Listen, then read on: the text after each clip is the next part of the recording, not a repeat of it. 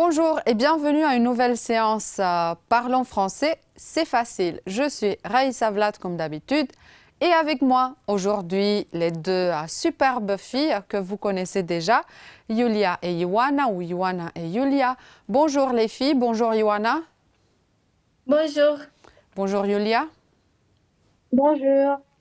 J'espère que vous avez passé une belle semaine, que vous avez eu le temps de je ne sais pas, pratiquer vos loisirs, vos activités de temps libre. Et j'espère que vous avez fait tout cela avec votre bande de copains et de copines. C'est le sujet de la leçon d'aujourd'hui. Ouf, je dois parler plus doucement. Alors, ma bande de copains et de copines, nous allons reprendre, réviser la description d'une personne et on va mettre en plus, ajouter des éléments que vous ne connaissez peut-être pas, la nationalité et les vêtements. On va entre-temps amener aussi un petit point de grammaire, l'adjectif démonstratif.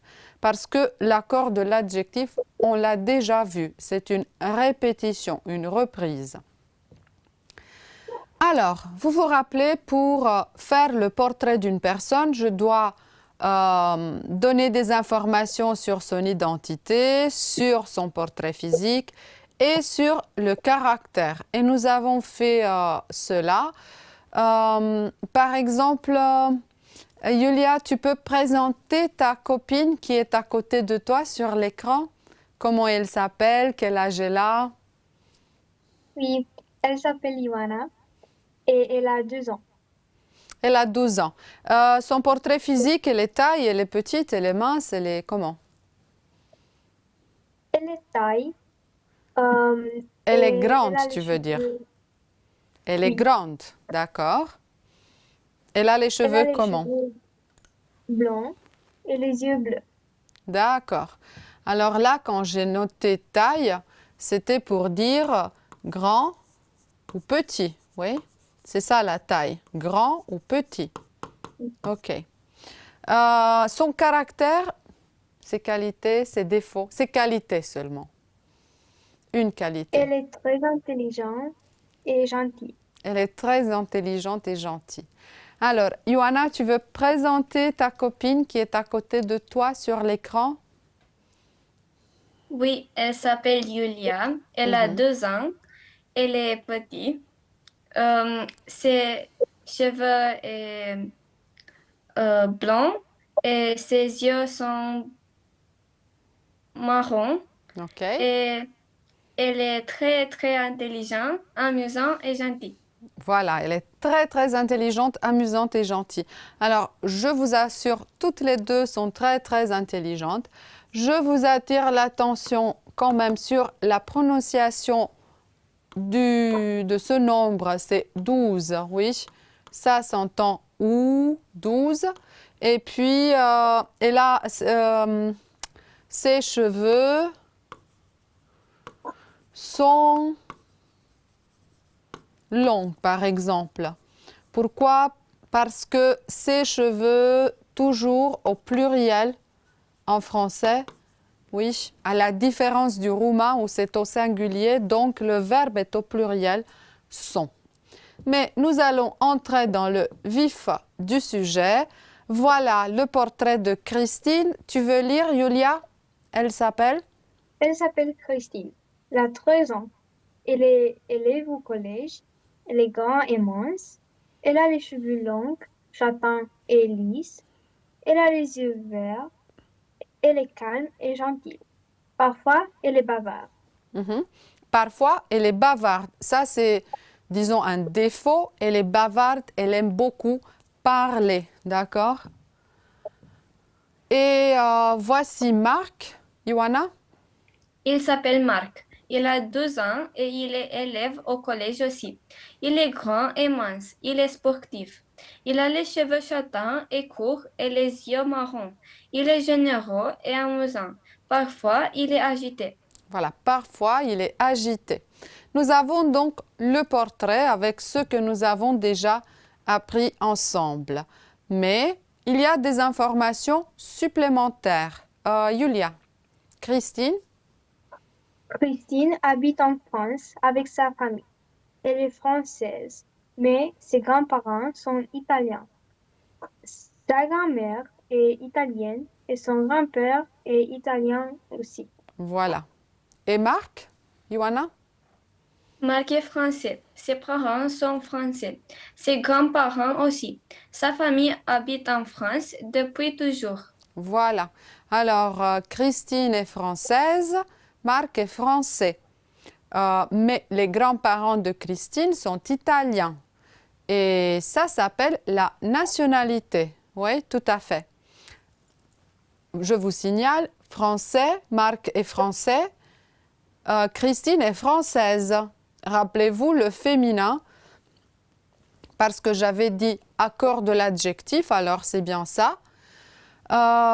Avec un E. Ils habitent en France, à Paris. Alors, il est roumain, elle est roumaine. Ils habitent en Roumanie, à Bucarest. Anglais, anglaise, en Angleterre, à Londres. Je ne sais pas, Pablo est espagnol, Maria est espagnole, ils habitent en Espagne, à Madrid. Allemand, allemande, en Allemagne, à Berlin. Japonais, japonaise, au Japon, à Tokyo. Il est sénégalais, elle est sénégalaise, ils habitent au Sénégal, à Dakar. Il est belge, elle est belge, ils habitent en Belgique, à Bruxelles. Il est suisse, elle est suisse, ils habitent en Suisse, à Berne. Il est bulgare, elle est bulgare, ils habitent en Bulgarie, à Sofia. Et enfin, il est italien, elle est italienne, ils habitent en Italie, à Rome. Je vous signale 3 éléments. D'un côté, il y a l'accord de l'adjectif. Et là, vous voyez la majorité des cas avec un E à la fin. D'accord? C'est l'accord normal d'un adjectif au féminin. Masculin plus E.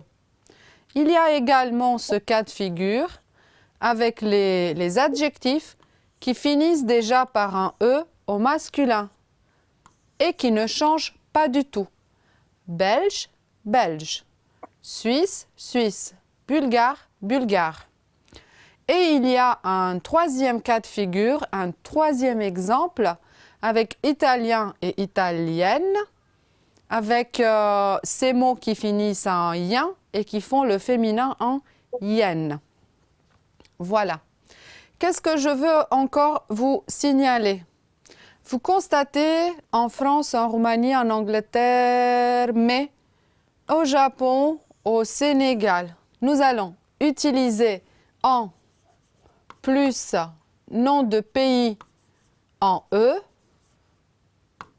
qui finit par en E, France, Roumanie, Angleterre, Espagne, et O, plus un nom de pays qui finit par toute autre lettre à l'exception de la lettre E. Ce sont des pays masculins et ça, des pays féminins. Quand il s'agit d'un nom de ville, oui, ça c'est un pays. Et ici, j'ai une ville. Quand il s'agit d'un nom de ville, alors il n'y a plus de différence masculin-féminin. Partout, j'utilise le A.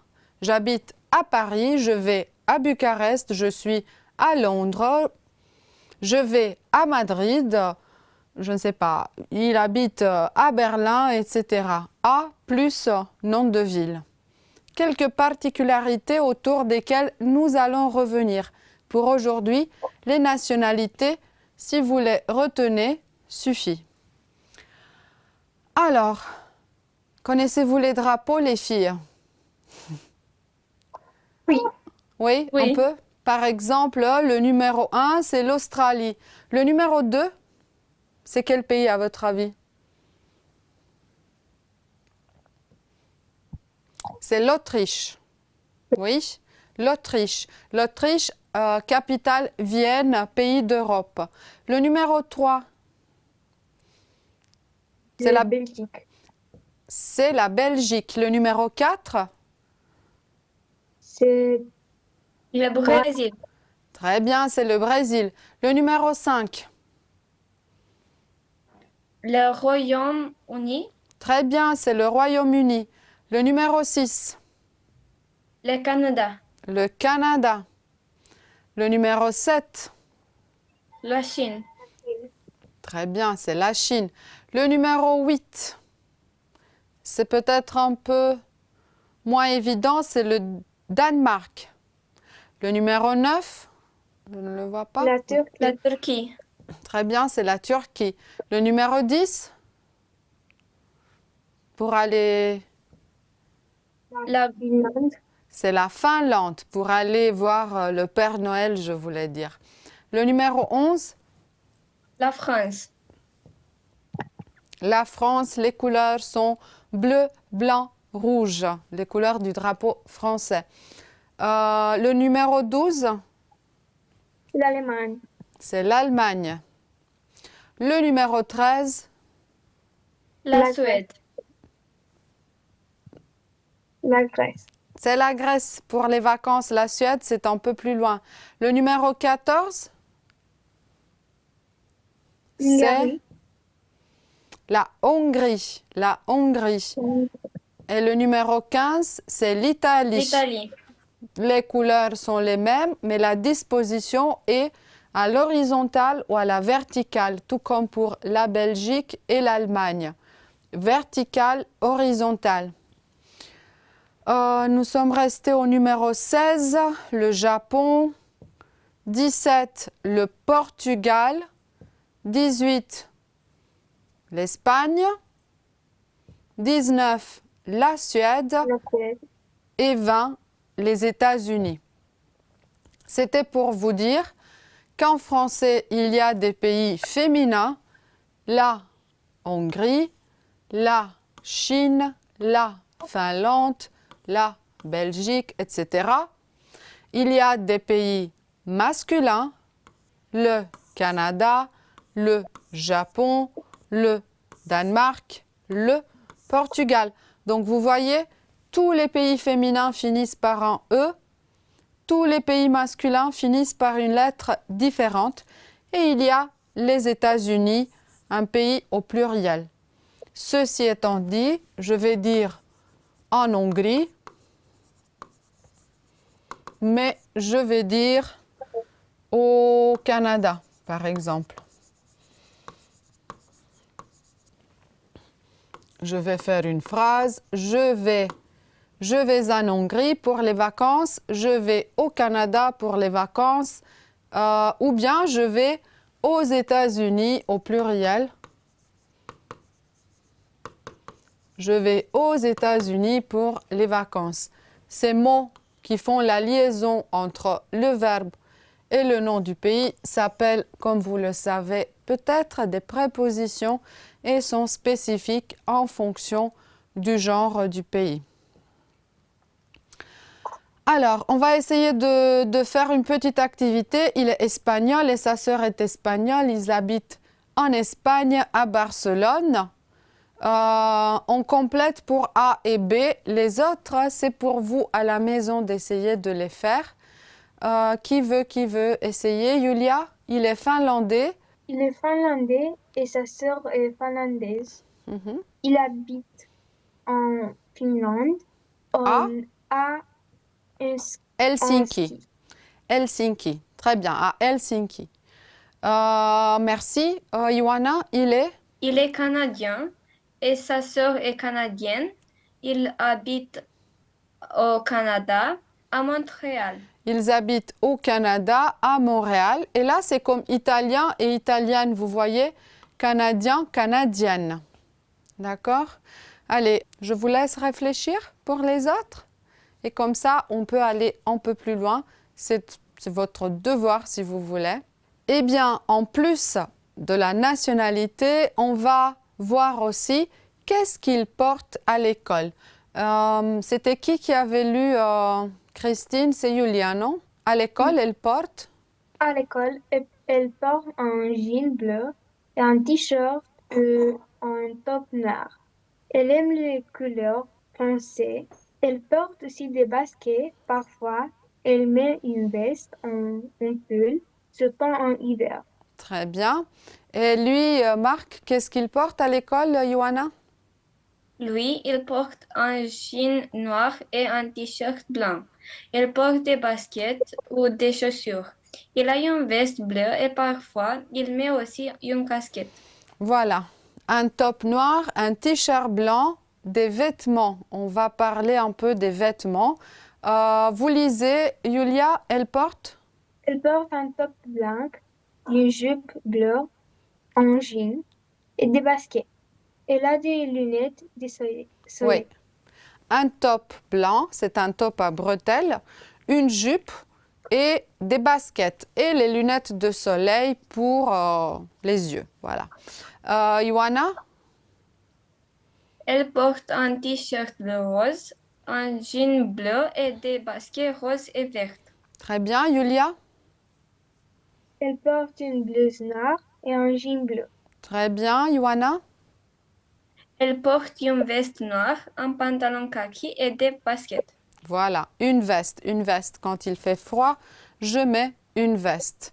Encore un peu. Il porte, Julia? Il porte un t-shirt beige et marron, un pantalon beige et des baskets blanches. Elle porte une robe à bretelles et des chaussures noires. Très bien. C'est une robe, ça oui. Longue, c'est une robe. Ioana? Il porte un t-shirt bleu, une chemise et un jean bleu et un jean gris. Ok. Et là, il porte un t-shirt rouge, un short noir, des baskets noires. Il a aussi des lunettes, mais pas de soleil, des lunettes pour bien voir. Elle porte un t-shirt noir, une jupe blanche et des baskets blanches. Ce sont les noms des vêtements. Je vous montre en vitesse. Nous avons une veste, un pull, allez, une chemise, un t-shirt, une robe, une jupe, un pantalon, un jean, un pyjama, une chaussette, mais normalement je porte des chaussettes parce que je porte les deux, une chaussure, mais des chaussures, une basket, attention, en français, basket c'est au féminin, une basket, une botte, un bonnet, une casquette, un chapeau, une écharpe, des lunettes de soleil, un maillot de bain pour parler des vêtements. Et vous, qu'est-ce que vous portez à l'école? Qu'est-ce que tu portes à l'école normalement, Julia?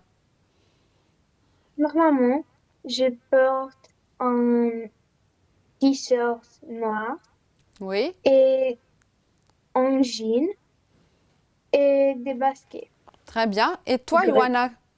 Des baskets grises, très bien. Et toi, Ioana, qu'est-ce que tu portes à l'école? Normalement, à l'école, je porte un pull, un jean et avec des baskets. Et c'est tout. Voilà. Et moi, normalement, à l'école, je porte un t-shirt foncé, noir le plus souvent, un jean et des baskets, tout comme aujourd'hui avec vous. Alors, il porte un jean gris, un t-shirt bleu, une chemise bleue, son jean est gris, son t-shirt est bleu, sa chemise est bleue, la possession.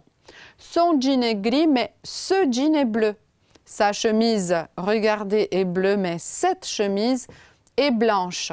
Tout ça s'appelle l'adjectif démonstratif. C'est pour identifier un élément. Ce jean, ce pantalon, cette jupe, cette veste, ces jeans, ces pantalons, ces jupes, ces vestes au pluriel. Mais de nouveau, c'est un oracle, cet élève, parce que ce élève, cela ne marche pas. Rappelez-vous, deux voyelles.